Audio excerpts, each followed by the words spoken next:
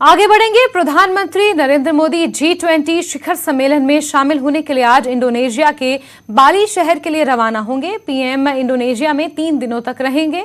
इस दौरान वो G20 शिखर सम्मेलन में शामिल होने के अलावा 20 कार्यक्रमों में हिस्सा लेंगे और वहां लगभग 10 वैश्विक नेताओं के साथ द्विपक्षीय बैठकों में भी शिरकत करेंगे। इसके अलावा पीएम मोदी इंडोनेशिया के डायस्पोरा में भारतीय प्रवासियों से मुलाकात करेंगे। आपको बता दें, शिखर सम्मेलन में भारत, चीन और अमेरिका समेत अन्य देशों के राष्ट्रीय प्रमुख शामिल होंगे। इस दौरान रूस यूक्रेन संघर्ष और इसके प्रभावों समेत वैश्विक चुनौतियों व्यापक विचार विमर्श होने की उम्मीद है। तो 17वें G20 शिखर सम्मेलन में हिस्सा लेने के लिए प्रधानमंत्री नरेंद्र मोदी आज दोपहर इंडोनेशिया के बाली शहर के लिए रवाना होंगे। वहीं बीजेपी के राष्ट्रीय अध्यक्ष जेपी नड्डा हिमाचल चुनाव के बाद दिल्ली दौरे पर हैं। दिल्ली में जेपी नड्डा गुजरात चुनाव को लेकर अब रणनीति बनाएंगे। रविवार को रवाना होने से पहले बीजेपी अध्यक्ष ने बिलासपुर में बीजेपी नेताओं और कार्यकर्ताओं से मुलाकात की। यहां लुहणू हेलीपैड पर जेपी नड्डा को छोड़ने सीएम जयराम के रणनीतिक सलाहकार जम्वाल भी आए थे। इस दौरान त्रिलोक जम्वाल ने दावा किया कि हिमाचल में फिर से भाजपा की सरकार बनेगी।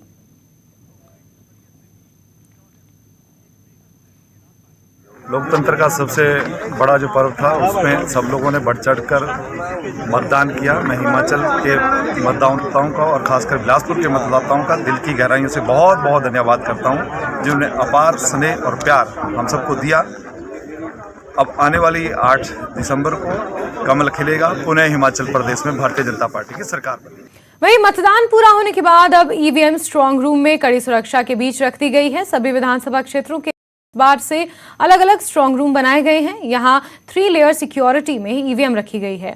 वेयर हाउस के स्ट्रांग रूम में डबल लॉक होगा। यही ईवीएम अब 25 दिन रहेंगी और 8 दिसंबर को मतगणना के दिन ही खुलेंगी। प्रदेश के वेयर हाउस में ट्रिपल लेयर सुरक्षा में रखी गई ईवीएम के दूसरे घेरे तक अब प्रत्याशी या फिर उनके प्रतिनिधि भी देखरेख के लिए बैठाए जा सकेंगे। प्रत्याशियों को दूसरे घेरे से आने जाने की अनुमति नहीं होगी।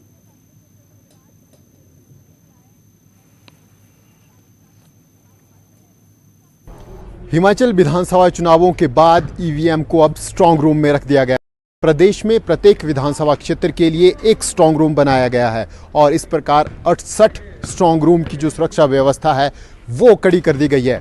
करीब 26 कंपनियां हिमाचल पुलिस की इसमें तैनात हैं। इसके अलावा केंद्रीय सुरक्षा बलों की कंपनियां भी इसमें लगी हुई हैं।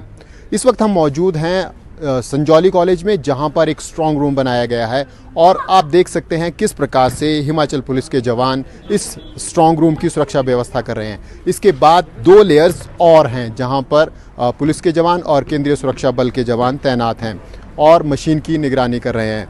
जो बड़ी बात है वो ये है कि जो प्रत्याशी हैं उनको मशीन तक पहुंचने की इजाज़त नहीं है। सेकेंड लेयर के बाद प्रत्याशियों को आगे जाने की अनुमति नहीं है। तो इस प्रकार से जो सुरक्षा व्यवस्था है मशीन्स की वो कड़ी करी गई है और हम कह सकते हैं कि अब जो प्रत्याशियों के भाग्य का फैसला है वो 8 दिसंबर को होगा, जब ईवीएम में वोटों की गिनती शुरू होगी।